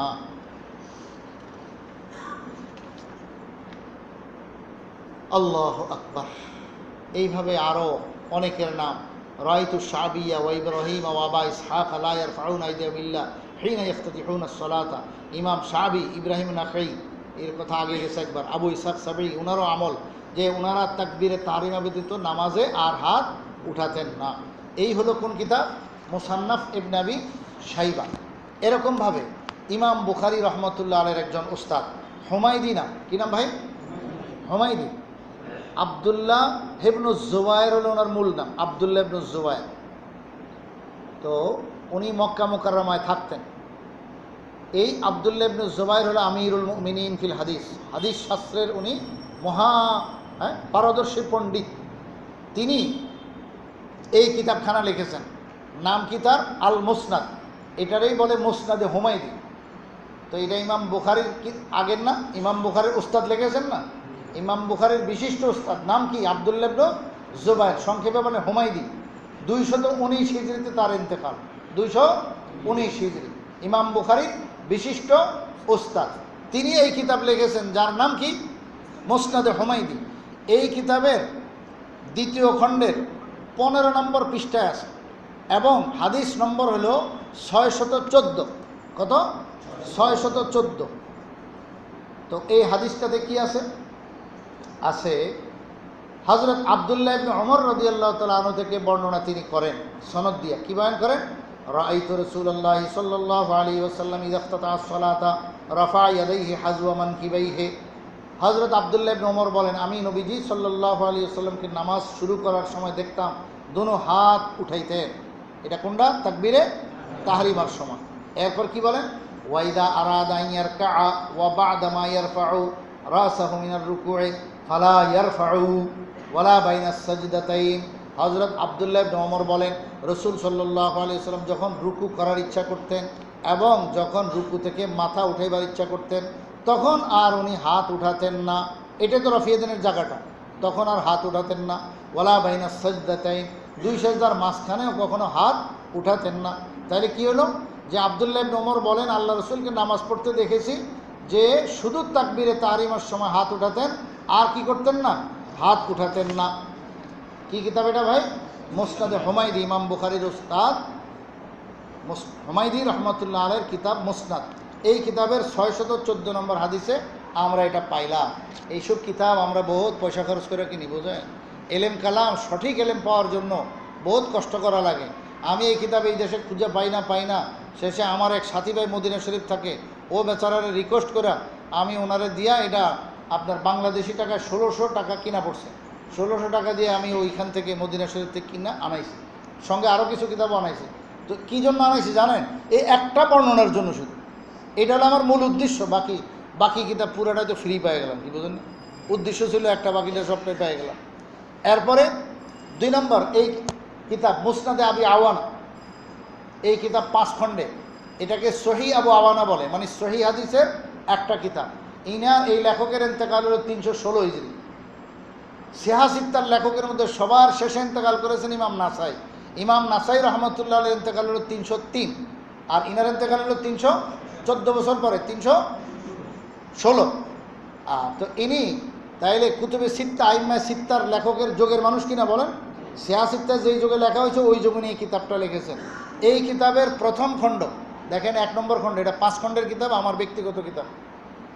আচ্ছা, তো এই কিতাবের হাদিস নম্বর হলো 1572 নম্বর হাদিস। আর পৃষ্ঠা নম্বর, এই প্রথম খণ্ড 423 নম্বর পৃষ্ঠা। এখানে হাদিস কি আসছে? লম্বা সনদ।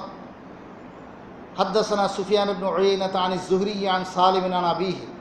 হযরত সালেম রাহমাতুল্লাহ আলাইহি বলেন ওনার আব্বা থেকে, আব্বার নাম কি? আব্দুল্লাহ ইবনে ওমর।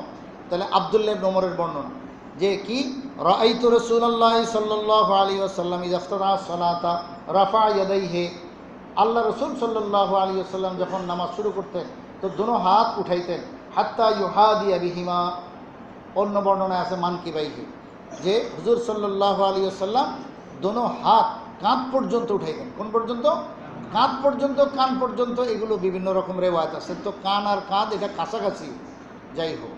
তারপরে কি হলো যে ওয়াইদা আরাদা আন ইয়ারকা ওয়া বা'দা মা ইয়ারফাউ রাসাহু মিনার রুকু'i লা ইয়ারফাউহুমা। ভালো করে শুনেন। হযরত আব্দুল্লাহ ইবনে ওমর বলেন, নবীজি যখন রুকু করার ইচ্ছা করতেন অথবা রুকু থেকে মাথা উঠাতেন, লা ইয়ারফাউহুমা, আর পুনরায় হাত উঠাতেন না। তাহলে হাত উঠানি একবারই শেষ। কোন সময়? তাকবীরে তাহরিমা, আর হাত উঠাতেন না।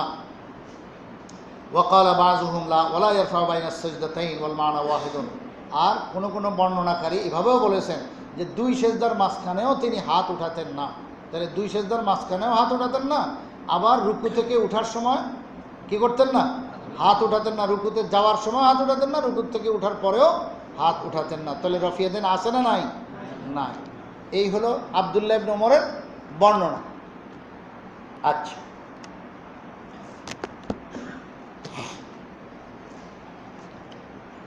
এরপরে একটা কথা শুনেন। ইমাম মুহাম্মদ রহমতুল্লাহ আলাইহি, হানাফি মাযহাবের একজন ইমাম। কি নাম ভাই? ইমাম মুহাম্মদ রহমতুল্লাহ আলাইহি, আবু হানিফার শীর্ষ সাগরিদ। তিনি এই কিতাবখানা লিখেছেন। এটা আরবে পাওয়া যায়, আমি ওখান থেকেই সংগ্রহ করাইছি। 1600 টাকা দাম যখন কিনছি, 2 ভলিউম, এটা মোটা ভলিউম, আরেকটা ভলিউম একটু চিকন, এই 2 ভলিউমে কিতাবটা। লেখক হলো কে? ইমাম মুহাম্মদ রহমতুল্লাহ আলাইহি। তো ওনার কথাটা একটু শুনেন, আমি পড়ে শুনাই দিই। قال أبو حنيفة رضي الله عنه إذا افتتح الرجل الصلاة كبر ورفع يديه حذو أذنيه في افتتاح الصلاة। হযরত ইমাম আবু হানিফা রহমতুল্লাহ আলাইহি বলেন, কে লিখতেছেন? ইমাম মুহাম্মদ রহমতুল্লাহ আলাইহি। ইমাম আবু হানিফা হাদিসের আলোকে বলে দিয়েছেন কি, যখন একজন মানুষ, পুরুষ মানুষ নামাজ শুরু করে, ইযা ইফতাতাহার রাজুলু বলছে, মহিলাদের কিন্তু আবার হিসাব ভিন্ন, তারা কোন পর্যন্ত হাত উঠাবে এটা আবার আরেক বয়স। এটাও ইনশাল্লাহ আমি বলবো যে নারী পুরুষের নামাজ কি এক না বেশ কম আছে, এটাও আরেক মাসালা। আমরা এমনি তো জানি, তারপরেও একদম দালিলিক আলোচনা আমি একদিন করবো ইনশাআল্লাহ। তো উনি এই জন্য বলছেন ইযা ইফতাতাহার রাজুলু, একজন পুরুষ মানুষ যখন নামাজ শুরু করবে তখন কি করবে? কাব্বারা ওয়া রাফা ইয়াদাইহি হাযওয়া উযুনাইহি, 2 কান পর্যন্ত তার দোনো হাত সে উত্তোলন করবে, উঠাবে। ফি ইফতিতাহিস সালাত, নামাজের শুরুতে। ওয়ালাম ইয়ারফাহুমা ফি শাইইন মিন তাকবীরিস সালাত গায়রা তাকবীরিল ইফতিতাহ, এই তাকবীরে তাহরিমা ব্যতীত আর কোন তাকবীরের সময় হাত উঠাবে না। আচ্ছা, এরপরে উনি ইমাম মুহাম্মদ রহমতুল্লাহ আলাইহি বলেন যে ক্বালা মুহাম্মদ ইবনে হাসান জা আসহাবতু আন আলী ইবনে আবি তালিব ওয়া আব্দুল্লাহ ইবনে মাসউদ আন্নাহুমা কানা লা ইয়ারফাআনি ফি শাইইন মিন যালিকা ইল্লা ফি তাকবীরাতিল ইফতিতাহ। ভাই, আমাদের কাছে নির্ভরযোগ্য সূত্রে ইমাম মুহাম্মদ বলেন, ইমাম মুহাম্মদ যার জন্ম হলো 131 হিজরি বা 35, 131এই বেশি বলা হয়, তো কত আগের মানুষ। তিনি তবে তাবে, আবু হানিফাকে দেখলে কি হয়ে গেছে ভাই? তবে তাবে।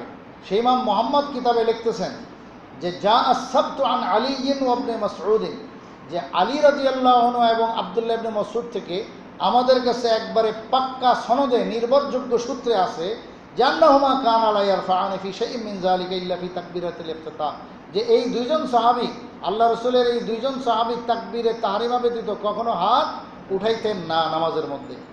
এখন ইমাম মুহাম্মদ কি বলেন, ভালো করে মনোযোগ দিয়ে শুনেন, মূল কথা কিন্তু এগুলো যদি বুঝে আসে তাহলে সব কথা বুঝে ফেললেন। কি? আলী ইবনে আবি তালিব ও আব্দুল্লাহ ইবনে মাসউদ কানা আলামা বিরাসূলিল্লাহ সাল্লাল্লাহু আলাইহি ওয়াসাল্লাম মিন আব্দুল্লাহ ইবনে ওমর, যে আলী ইবনে আবি তালিব এবং আব্দুল্লাহ ইবনে মাসউদ এরা কি প্রথম কাতারের মুসল্লি না শেষ কাতারের মুসল্লি? প্রথম কাতারের মুসল্লি। ইনারা রাসূল সাল্লাল্লাহু আলাইহি ওয়াসাল্লামের নামাজ সম্পর্কে সবচেয়ে বেশি ওয়াকিফ হন, এমনকি আব্দুল্লাহ ইবনে ওমর থেকেও বেশি ওয়াকিফ হন। কারণ আব্দুল্লাহ ইবনে ওমর কোনো ওমরের বয়সে না, আব্দুল্লাহ ইবনে ওমর ছোট্ট সাহাবী ছিলেন, উনি রসুলের ইন্তেকাল পর্যন্ত বয়স কম ছিল। উহুদের যুদ্ধে উনি বারবার খালি পা আলগি দেয় যে আমার নিয়ে একটু মঞ্জুর করে যুদ্ধে যাওয়ার জন্য। আল্লাহ রসুল তো তুমি ছোটো মানুষ, যাও কি এনে যুদ্ধে যাইবা। খন্দকের যুদ্ধ উনি সর্বপ্রথম বারবার খালি পা উঁচু করে দেখায়, ইয়া রসুল আমি অনেক বয়স্ক হয়ে গেছি, আমি অনেক বড় হয়ে গেছি লাচে গাছে, আমার একটু যুদ্ধের অনুমতি দেন। এই খন্দকের যুদ্ধে হুজুর সাল্লাল্লাহু আলাইহি ওয়াসাল্লাম ওনাকে সর্বপ্রথম অনুমতি দেন। কে? আব্দুল্লাহ ইবনে ওমর। তাইলে উনি কি প্রথম কাতারে জায়গা পাবেন? উনি পিছনের কাতারে। ইমাম মুহাম্মদ রহমতুল্লাহ আলাইহি বলেন আব্দুল্লাহ ইবনে ওমর রসুল সাল্লাল্লাহু আলাইহি ওয়াসাল্লামের সম্বন্ধে কি জানে না জানে এটা রাখো তুমি আলাদা, কিন্তু এখানে নামাজ সম্বন্ধে, রসুলের নামাজ সম্বন্ধে বেশি ওয়াকিফাল হলো আলী রাদিয়াল্লাহু আনহু, বেশি ওয়াকিফাল হলো আব্দুল্লাহ ইবনে মাসউদ। লিআন্নাহু ক্বাদ বালাগানা আন্না রাসূলুল্লাহ সাল্লাল্লাহু আলাইহি ওয়াসাল্লাম ক্বাল ইযা উকিমাতিস সালাতু ফালইয়ালিনি মিনকুম উলুল আহলামি ওয়ান নুহা। হুজুর সাল্লাল্লাহু আলাইহি ওয়াসাল্লাম ইরশাদ করেন সহিহ হাদিস যে যখন নামাজের একামত দেওয়া হবে তো তোমরা আমার কাছে কাছে দাঁড়াবে কারা? যারা জ্ঞানী গুণী, যারা আকলমান, বয়স্ক মানুষ, সমঝদার, তারা এখানে আমার কাছে কাছে দাঁড়াবে। সুম্মাল্লাযীনা ইয়ালুনহুম সুম্মাল্লাযীনা ইয়ালুনহুম, 2 বার বলছেন। এরপরে হলো যারা তাদের কাছাকাছি, আর এরপরের কাতার হলো যারা ওদের কাছাকাছি। বুঝেন, আস্তে আস্তে খালি ঢিলা হবে এবং যাদের কম বুঝ বা বয়স কম, বাবু, ওরা দাঁড়াবে। এইভাবে লাস্ট হলো কারা? মহিলারা। আচ্ছা, ফালা নারা আন্না আহাদান কানা ইয়াতাকাদ্দামু আলা আহলি বদরিন মা রাসূলিল্লাহ সাল্লাল্লাহু আলাইহি ওয়াসাল্লাম। আমরা এই কথা স্পষ্ট জানি, বদরি সাহাবী বদরের যুদ্ধে শরীক ছিলেন, যে আলী রাদিয়াল্লাহু আনহু বদরের যুদ্ধে যে শরীক ছিলেন আব্দুল্লাহ ইবনে মাসউদ, তাদের চাইতে নবীজির নামাজ সম্বন্ধে ওয়াকিফাল আর বেশি কেউ হতে পারে না। ফাতারা আন্না আসহাবাস সাফিল আউয়াল ওয়াস সানি আহলা বদরি ওয়া মান আশবাহুম ফি মসজিদিল মুসলিমিন। তুমি দেখবে, চিন্তা করলে এবং বুঝবে যে একদম প্রথম কাতার দ্বিতীয় কাতারে কারা থাকবে? বদরি সাহাবী, বদরে যারা শরীক ছিলেন এবং তাদের কাছাকাছি যারা, সমস্ত মসজিদগুলোতে এই নিয়মেই নামাজের কাতার হয়। আর আব্দুল্লাহ ইবনে ওমর রাদিয়াল্লাহু তাআলা আনহু, ওনার অবস্থা হলো যে উনি নিচে, এবং ওনাদের থেকে আরও বয়সে যারা কম, মিন ফাতায়ানিহিম, যারা নওজোয়ান যুবক, তারা হলো খলফা জালিকা, ওনাদের পিছনে। ফানারা আন্না আলিয়ান ওয়া ইবনে মাসউদ রাদিয়াল্লাহু আনহুমা ওয়া মান আশবাহাহুমা মিন আহলি বদরিন আ'লামু বিসালাতি রাসূলিল্লাহি সাল্লাল্লাহু আলাইহি ওয়াসাল্লাম। আমরা এই কথা স্পষ্ট বুঝি যে আল্লাহ রসুলের নামাজ সম্বন্ধে ওয়াকিফাল সবচেয়ে বেশি আব্দুল্লাহ ইবনে মাসউদ এবং আলীর মতো লোকেরা, যারা প্রথম কাতারের মুসল্লি। লিআন্নাহুম কানু আকরাবা ইলাইহি মিন গায়রিহিম, কেননা এরাই ছিল রসুলের সবচেয়ে কাছে অন্যদের তুলনায়। ওয়া আন্নাহুমা আরাফু বিমা ইয়াতি মিন যালিকা ওয়া মা ইয়াদউ, রসুল সাল্লাল্লাহু আলাইহি ওয়াসাল্লাম কোন কাজ করেন আর কোন কাজ ছাড়েন এইসব ব্যাপারে ওনারাই বেশি ওয়াকিফাল জ্ঞাত। মা আন্না ফকিহ ওয়া মালিক, যাক এটা সামনে আরও বলছেন, এটা আমাদের দরকার আপাতত নাই। তাইলে আমরা কি বুঝলাম যে রসুল সাল্লাল্লাহু আলাইহি ওয়াসাল্লামের নামাজ সম্বন্ধে যারা বেশি ওয়াকিফাল, একদম কাছে যারা থাকেন, তারাই তো কি করছেন, রসুল সাল্লাল্লাহু আলাইহি ওয়াসাল্লামের এই নামাজ বেশি দেখছেন, ভালো জানেন। এবং আব্দুল্লাহ ইবনে মাসউদ তো বলছেনই যে আমি কি তোমাদেরকে রাসূলুল্লাহর নামাজ শিখাবো, নামাজ দেখাবো। তখন তিনি নামাজ পড়ালেন, আর কি করলেন না, তাকবীরে তাহরিমা ছাড়া হাত উঠালেন না। তাহলে তাকবীরে তাহরিমার পর হাত না উঠানো যে নামাজটা, এইটা নামাজ কার নামাজ? রাসূলুল্লাহ সাল্লাল্লাহু আলাইহি ওয়াসাল্লামের নামাজ। এই জন্য চিন্তার কোনো কারণ নাই, বিচলিত হওয়ার কিছু নাই যে আমাদের নামাজ নিগুলো আবার না হয়, আমাদের নামাজ নিয়ে সুন্নতের খেলাফ হয়, কোশ্চিন কালম এমন ভাবার সুযোগ নাই। এবার ইমামে আজম আবু হানিফা রহমতুল্লাহ আলাইহি আর ইমাম আউজাঈ রহমতুল্লাহ আলাইহি, ওনাদের একটা ঘটনা শুনেন। ইমাম আউজাঈ রহমতুল্লাহ আলাইহি শাম দেশে থাকতেন, ইমাম আবু হানিফা কুফানগরীতে থাকতেন। শাম দেশ সিরিয়া আর কুফানগরী ইরাকে, দুই দেশ থেকে হজের মৌসুমে সব আলেম ওলামা এক জায়গায় হয়। ইমামে আজম আবু হানিফা রহমতুল্লাহ আলাইহি আর ইমাম আউজাঈ রহমতুল্লাহ আলাইহি একখানে দেখা হইল মক্কা মুকাররমা।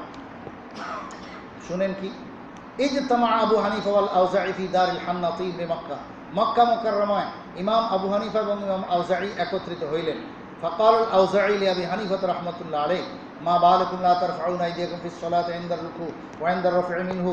ইমাম আবু হানিফা রাহমাতুল্লাহ আলাইহিকে প্রশ্ন করলেন ইমাম আউজাঈ যে কি ব্যাপার ও হানাফিরা, ও আবু হানিফা, তুমি যে নামাজের মধ্যে তাকবীরে তাহরিমার পর আর রফিয়ে দেন করো না, ব্যাপারটা কি?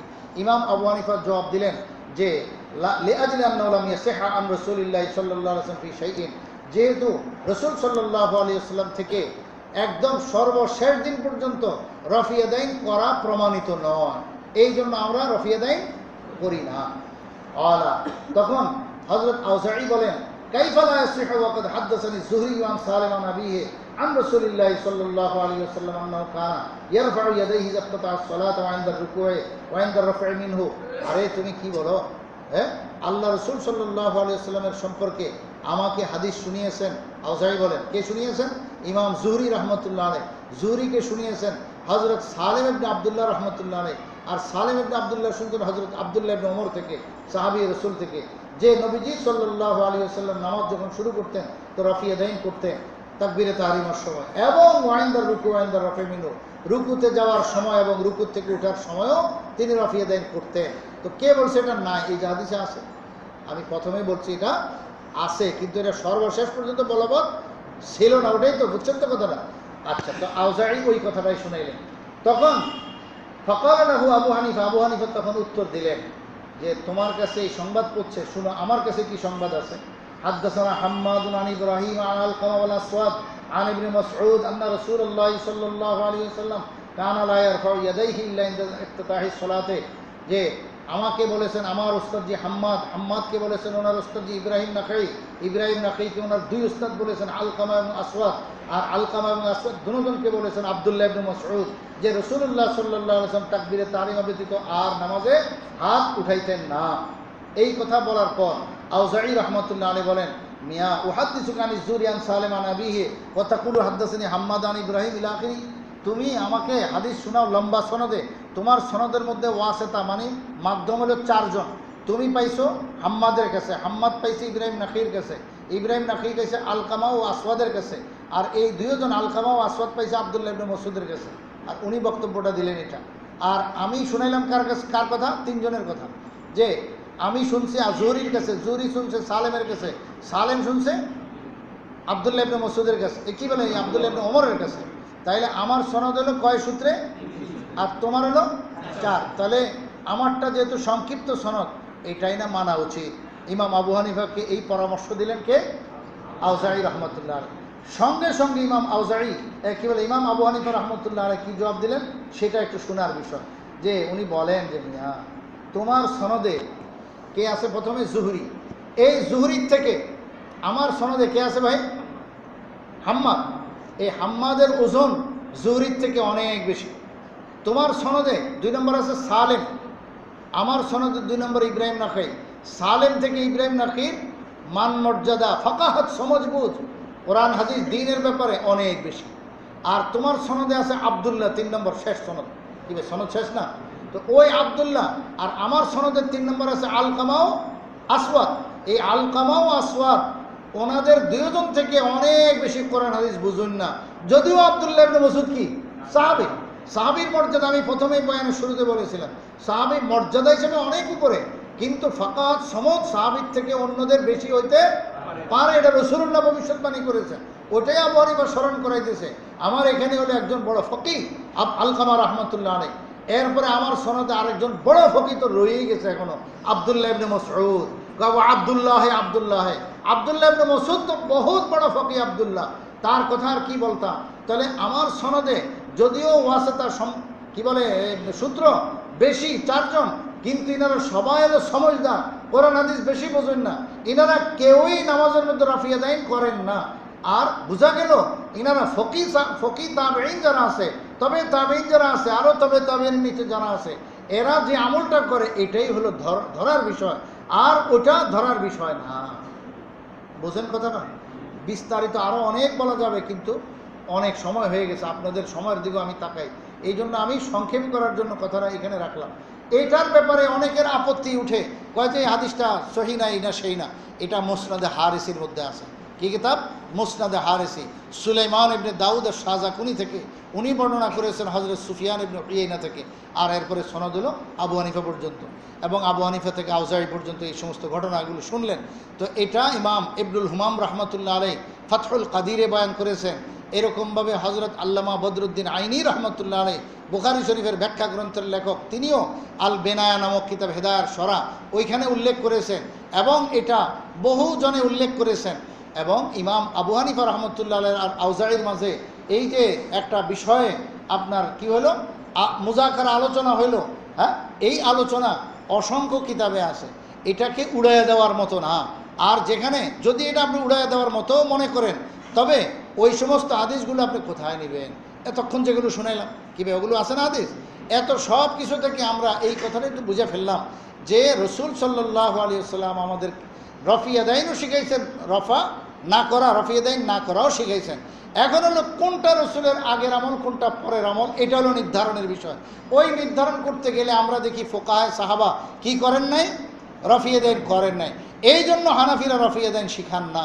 তাইলে এই নামাজ এটা ফোকাহে সাহাবায়ে কেরামের নামাজ না, আব্দুল্লাহ ইবনে মাসউদের নামাজ না, এটা আলী রাদিয়াল্লাহু আনহুর নামাজ না, এটা হযরত কি নাম ওমর রাদিয়াল্লাহু আনহুর নামাজ না, এটা আবু বকর সিদ্দিক রাদিয়াল্লাহু আনহুর নামাজ না।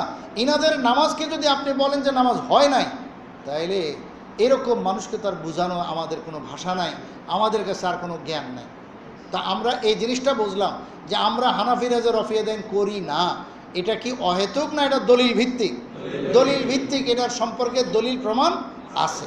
আরেকটা কথা বলব, এখন যারা রফিয়াদাইনের পক্ষে কথা বলেন, রফিয়াদাইন দেখান বুখারী শরীফ থেকে, অমুক শরীফ তমুক শরীফে আছে, তো আমরা কি না করি? কিভাবে? আমরা তো বলি এটা আছে। বুঝেন না কথা? না, বয়ানের শুরুতে আমি বলছি এটা আছে, এটা তো আমরা না করি না। এবং ওই পক্ষে আমলকারী এক গ্রুপ ছিলেন, সাহাবায়ে কেরামের মধ্যেও ছিলেন, কেউ কেউ আমল করেছেন। কি ভাই বোঝেন না? কিন্তু বড় বড় ফোকায়ে সাহাবা কি আমল করেছেন এতক্ষণ শুনছেন। তো এখন কি বড় বড় ফোকায়ে সাহাবা কি আমল করেছেন এটা দেখার বিষয় না অন্যদেরটা দেখার বিষয়? হ্যাঁ, বড় বড় সাহাবায়ে কেরাম কি আমল করেছেন সেটাই দেখার বিষয়, এবং এটা দিয়েই বুঝতে হবে যে আল্লাহ রসুলের আমল কোনটা ছিল। আচ্ছা, এখন শুনেন, যদি কেউ রফিয়াদাইনের আমল করে রফিয়াদাইনের পক্ষে হাদিস দেখার কারণে, তাইলে রসুলুল্লাহরই একটা আমল করলো, যেটা ইসলামের হয়তো নামাজের প্রথম দিকের আমলটা, তাই না? কি ভাই, বেদাত কাম তো করে না, ভালো কামই করছে। আর যারা রফিয়াদাইন করেন না তারাও কার আমল করলো? রসুলুল্লাহর আমল করলো। অধিকন্ত ফোকাহায় সাহাবায়ে কেরাম যেটা শিক্ষা দিয়েছেন নামাজ যেভাবে, ওইটাই আমল করছে। এবং আব্দুল্লাহ ইবনে মাসউদ বলছেন এটা রসুলুল্লাহর নামাজ, এইভাবে শিখাইছেন। তো কাজে এই নামাজটাকে গলত বলার এই অধিকার কারো আছে? এই অধিকার কারণে এখন আমাদের দেশের কিছু মানুষ যদি এরকম বলে যে এই তোমরা যে রফিয়াদাইন করো না তোমাদের নামাজ হবে না, এটা কি তারা ঠিক বলছে? বলে এটা ঠিক বলে না। আমরা তো কোনো দিন ওই যে শাফি মজাবের লোক, ওই যে হাম্বলি মজাবের লোক, হ্যাঁ, সৌদি আরবে আব্দুর রহমান সুদাইস বলেন আর হোজাইফি বলেন, ওনারা যে রফিয়াদাইন করেন নামাজের ভিতরে, আমরা কি না করি? আমরা কি বলি যে ওনাদের নামাজ হবে না? এই কথা তো আমরা বলি না। তোমরা মাঝখান দিয়ে কোনটা? তোমরা তো হাম্বলিও না এবং তোমরা তো কিও না, বলেন শাফিও না, তো তোমরা হানাফিও না, তাহলে কোনটা তোমরা? আবার তোমরা আমাদেরকে খোঁচা দাও এই কথা বললাম যে কি হবে না, তোমাদের নামাজ হবে না। আমরা তো কোনোদিন এই কথা বলি না। আরবে যারা নামাজ পড়তে আমরা বলি ওনারা হাম্বলি মাযহাব অনুযায়ী আমল করে, ভাই ওনাদেরটা ওনাদের কাছে।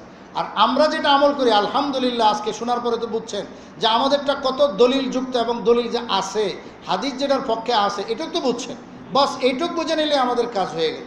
তাইলে যারা মাযহাব মানেই না, এরকম আমরা এইদিকেও না আমরা এইদিকেও না, মাঝখান দিয়ে খালি আমাদেরকে খোঁচাখুচি করে যে তোমাদের নামাজ হয় না, রফিয়াদাইন কেন করো না? আরে ভাই রফিয়াদাইন না করা এটা কি হাদিসে আছে না কি ভাই? তো আমরা ওই হাদিসগুলো আমল করতেছি না, তো কেন তোমরা আমাদেরকে এই কথা বলো যে আমাদের নামাজটা রসুলুল্লাহর নামাজ নয়, আমাদের নামাজটা হয় না? এই কথাটা কেন বলো? ঠিক আছে, বোঝেন না কথাটা? এই জন্য আমরা কোনো দিন এই কথা তাদেরকে বলি না এবং এই খোঁচা দেই না। বরং আমরা দুঃখের সাথে এটাই বলবো যে তোমরা বিশৃঙ্খলা করো। বিশৃঙ্খলা করো না ভাই। যেই দেশে আছে ওটা রফিয়াদাইন করা সেই দেশে করতেছে, আমরা তাদেরকে কোনো দিন বলি না যে তাদের নামাজ হয় না। তাদের নামাজ হয়, এটা বেশিতে বেশি উত্তম আর অনুত্তমের ব্যাপার হবে। রফিয়াদাইন করা আর না করা এটা উত্তম আর কি অনুত্তমের দ্বিমত। এখানে নামাজ হওয়া না হওয়ার কোনো বিষয় নাই। এবং তোমরা যে বলো রফিয়াদাইন না করা হাদিসেই নাই, আজকে কি শুনলেন? হাদিসে আছে না নাই? যে বলে যে হাদিসেই নাই, আরে ভাই রফিয়াদাইন না করা এটা তো হাদিসে আছে, আমরা ওই হাদিসগুলো আমল করতেছি। হানাফি মাযহাব এটা এই অনুযায়ী আমল করতেছি। আমরা ১,৫০০ না কত ১২০০ বছরের মতো, ইমাম আবু হানিফার যুগ থেকে এই পর্যন্ত প্রায় ১২০০ বছর, এত মানে ১০০০ বছর পার হয়ে গেছে।